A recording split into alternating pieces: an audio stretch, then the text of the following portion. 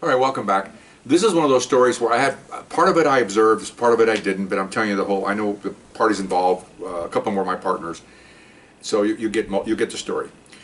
Working a gang unit over in the West Side, and we had an officer that been on the police department probably 18 years, worked gangs, and he was diagnosed with a form of stomach cancer.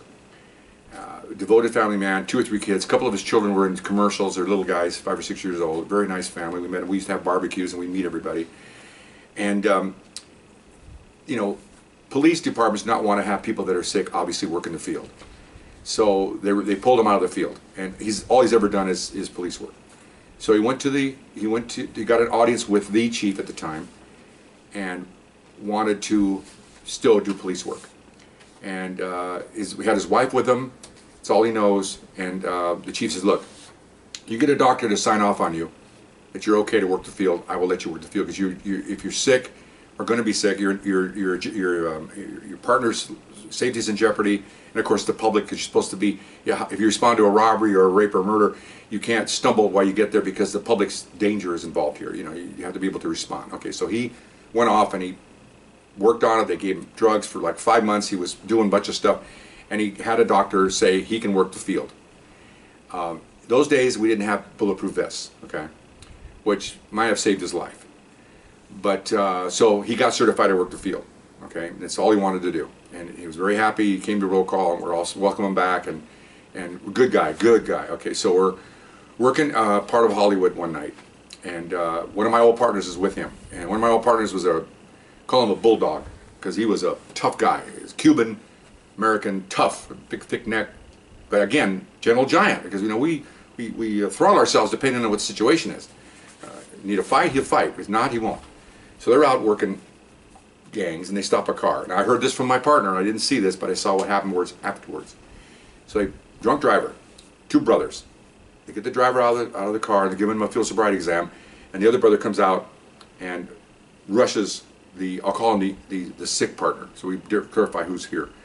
They both crooks rush the officers. The driver rushes my ex-partner, and the other guy rushes the sick partner. Well, when they got to them, these 2 suspects got to the officer that was sick, he started fisting him, hit him in the stomach. Officers fighting back, and my partner said, when I heard the sick officer squeal in pain, okay, heard his yell I'd never heard before. But what it was he was hitting him in the stomach, and he was hitting an injured part of his body.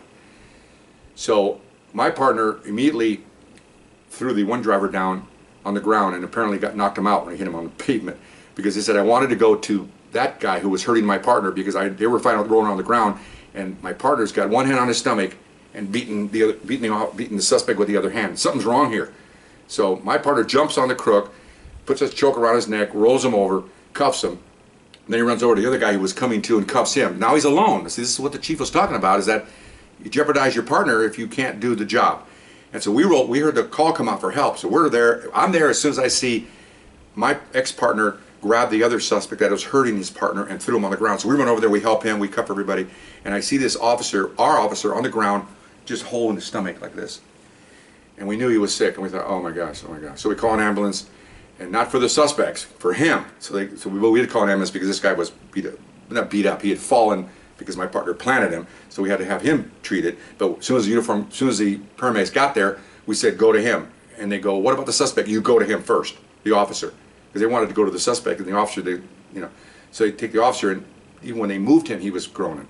So they generally took the officer up and took him away. And then this guy I wound up taking this guy and his brother and booked them for battering a police officer and all that stuff. But that's a story altogether. But anyway, so the injured officer went to the hospital after that night. Then he was put in intensive care that night, and 3 days later he passed away. Okay, so